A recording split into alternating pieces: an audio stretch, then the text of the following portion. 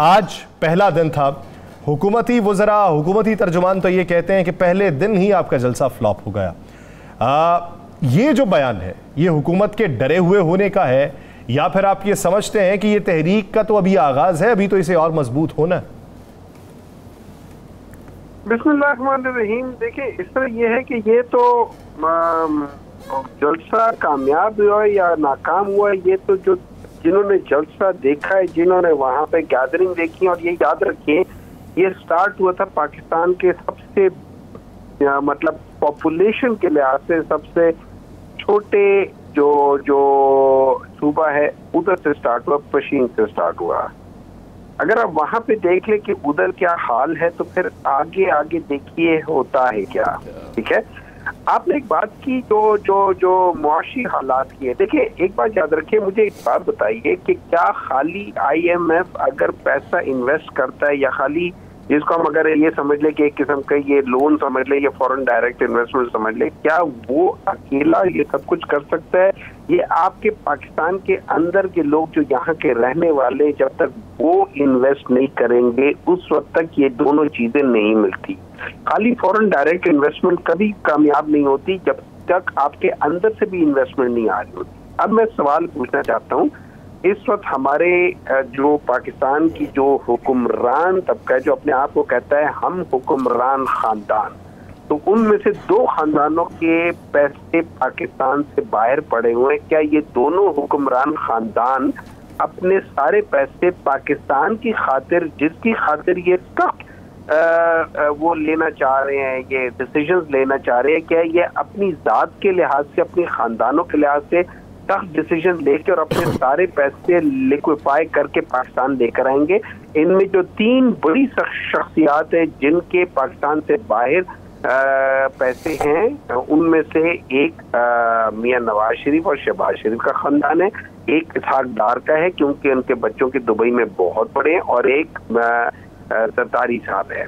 इसके अलावा भी अगर आप देख लें तो मेरा सवाल हर उस पाकिस्तानी से है कि जिसने एमिरेट्स हिल में, जहाँ पे जो सबसे छोटी प्रॉपर्टी है वो तकरीबन 8 कनाल की, और उसकी मिनिमम कीमत ख्याल में 25 से 30 मिलियन डॉलर है, और उसमें 40% पाकिस्तानी है। आप सोच सकते हैं 40% पाकिस्तानियों की प्रॉपर्टीज एमिरेट्स हिल में है। क्या ये सारे लोग जो वहां पे, और इनमें 60% के करीब जो है मोस्ट प्रोबेबली वो लोग हैं जो किसी न किसी से पॉलिटिक्स में या किसी बड़े ओहदे से निकलकर वहां जाके उन्होंने प्रॉपर्टी बनाई? क्या वो सारे पाकिस्तान की खातिर ये डिसीजन ले लेंगे? आपके और मेरे और इमरान खान के, हम सब की तो प्रॉपर्टी पाकिस्तान में है, ना इस मुल्क से बाहर है, ना हमारे कोई जायदादें बाहर है, और ना हम लोगों ने बाहर रखी है।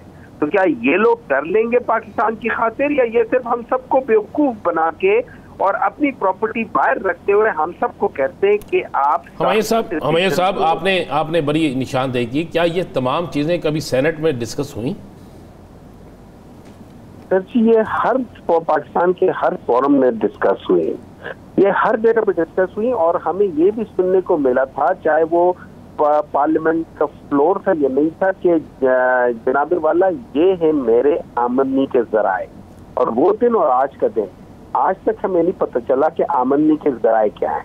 अब सवाल एक और उठता है, हम लोग कहते थे कि ये लोग प्री पार्टीशन पाकिस्तान के 22 बड़े खानदानों में थे, तो प्री पार्टीशन में शरीफ खानदान का हम सवाल पूछ लेते कि मियाँ शरीफ साहब जो थे, जो बड़े मियाँ मोहम्मद शरीफ साहब थे, वो तो कोई मेरे ख्याल में 7 भाई थे, उनमें से बाकी के 6 भाई कहाँ चले गए? क्या वो भी उतने ही बड़े हैं जितने ये मियाँ शरीफ साहब बड़े भाई हैं? क्या उसी तरीके से? क्योंकि वो जो उस वक्त जो कहते हैं, जो इनकी जो सारी वो जो थी, वो तो प्रॉपर्टी आपस में भाइयों में डिवाइड हो गई थी, वो क्या है? फिर हम पूछ लेते हैं, ये 3 भाई हैं, उन मियाँ शरीफ साहब के बेटे 3 हैं, इनमें शहबाज शरीफ है, नवाज शरीफ साहब है, और एक अब्बास शरीफ साहब थे। अब्बास शरीफ साहब की फैमिली का इस वक्त कितनी उनकी प्रॉपर्टी है, उनको भी देखें, क्योंकि अगर ये बिलियनियर के बच्चे हैं तो कम से कम इनकी इक्वल प्रॉपर्टी होनी चाहिए। तीनों बच्चे बिलियनियर होने चाहिए, ट्रिलियनियर होने चाहिए। तो फिर वो कहाँ है? उस लिहाज से ये सारे सवालात तो उठते हैं ना कभी तो उठेंगे। लेकिन देखिए प्रॉब्लम ये लोग नहीं है, ये बहुत छोटी रात वाले, बहुत छोटी सोच वाले लोग हैं। असल मसला ये है पाकिस्तान की कौम इस वक्त उठ चुकी है, वो बेदार हो चुकी है। ये वो सोई हुई कौम थी कि जिसको किसी ने बेदार करना था और वो उसको बेदार कर दिया है। अब हम सब सवाल पूछ रहे हैं, आप पूछ रहे हो, मैं पूछ रहा हूँ, कोई रक्शे वाला पूछ रहा है, जो रेडी वाला है वो पूछ रहा है, ये सारे पूछ रहे हैं सवाल, ठीक है। हम सब सवाल पूछते हैं कि देखिए अच्छा उसमें एक और बात है, अब हम लोग पिछले 75 साल से ये सोच सुनते आ रहे हैं कि पाकिस्तान एक नाजुक दौर से गुजर रहा है, और जिसने ये बात कबूल कर ली कि पाकिस्तान एक नाजुक दौर से गुजर रहा है, उसको तो हम मान लेते हैं कि ये पाकिस्तान का मुखलस है और पाकिस्तान का हमदर्द है। लेकिन जो सवाल ये पूछना शुरू कर देता है कि भाई ये पाकिस्तान नाजुक दौर से गुजर क्यों रहा है, तो उससे आप कह देते कि यार ये तो गद्दार है। तो उस बेचारे के ऊपर गद्दारी हो जाती है, क्योंकि वो उसके पास इतनी हिम्मत आ जाती है कि सवाल पूछता है कि अच्छा डॉक्टर साहब एक चीज़ बताइए, आप लोगों की हुकूमत में बेशतर लोग ऐसे थे जिन्हें राग़िब किया गया था कि आप पाकिस्तान वापस आएँ, अपना सरमाया लेके आएँ, आप यहाँ पे इन्वेस्टमेंट करें। चले बहुत बड़ी तादाद या सारे नहीं तो कुछ तो आए थे, तो जो आए और फिर उसके बाद वो वापस चले गए, उन्होंने किस हद तक वो बात फैलाई होगी कि पाकिस्तान में सरमायाकारी बंद कर दें? देखिए इसमें मैं आपको एक सवाल, देखिए बात ये हो जाती है अगर हम सच बोले अवाम के साथ, ठीक है। मैं एक मिसाल देता हूँ, एक बिजनेस, कोई भी बिजनेस है, आप कोई छोटा सा अस्पताल बनाते हो, छोटी सी फैक्ट्री बनाते हो, छोटे से कोई चीज लेते हो, आप बैंक से लोन लेते हो, फर्ज करें आप बैंक से लोन लेते हो, तो आप क्या करते हो, पहले 3 साल से 5 साल आपका ROI जो होता है ना, वो कहीं जाके उसको जीरो करता है, ठीक है। जब आप इसको बड़े पैमाने पे कर लेते हो तो आप ये सिर्फ देखते हो कि आपकी जो फाइनेंशियल, जिसको हम इंडिकेटर्स कहते हैं, आप उनको देखना शुरू करते हो और समझते हो कि यार बिजनेस सही तरफ जा रहा है या गलत तरफ जा रहा है। अब उसी को हम पाकिस्तान की तरफ से लेकर आते हैं। जब पाकिस्तान तहरीक इंसाफ आई थी, पाकिस्तान तहरीक इंसाफ ने मेजर शिफ्ट किया था। मेजर शिफ्ट में सबसे बड़ी शिफ्ट क्या थी?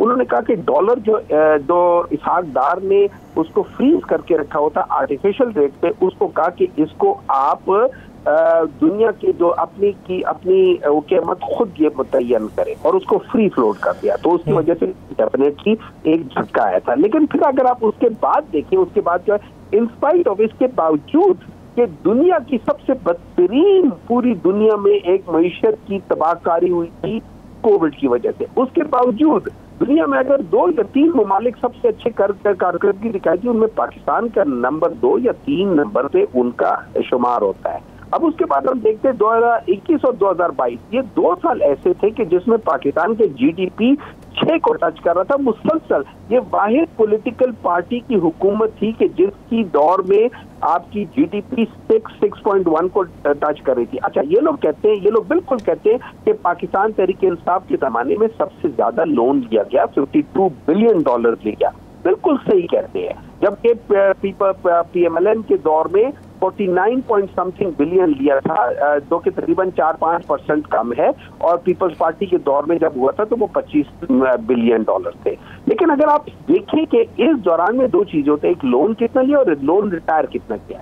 70% लोन रिटायर हुआ है पाकिस्तान तहरीक इंसाफ के जमाने में, 54% रिटायर हुआ है पाकिस्तान पीपल्स पार्टी के जमाने में, और 54 या 55% रिटायर हुआ है पाकिस्तान मुस्लिम लीग नून के जमाने में। तो अगर देखा जाए तो नेट डेफिसिट सबसे कम पाकिस्तान तहरीक इंसाफ के जमाने में था।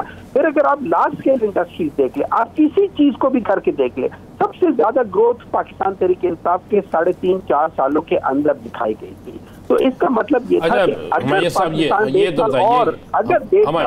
ये तो बताइएगा कि बानी तहरीक इंसाफ की रिहाई आप इसी महीने में देख रहे हैं? देखिए इमरान खान की रिहाई इसलिए होगी कि उनके ऊपर जितने भी इल्जामात थे वो झूठ के ऊपर मबनी थे, और हम लोगों ने ये भी देख लिया है कि जो जजेस बता रहे थे कि उनके ऊपर प्रेशर था, तो हमें तो ऐसा लग रहा है जिस तरीके से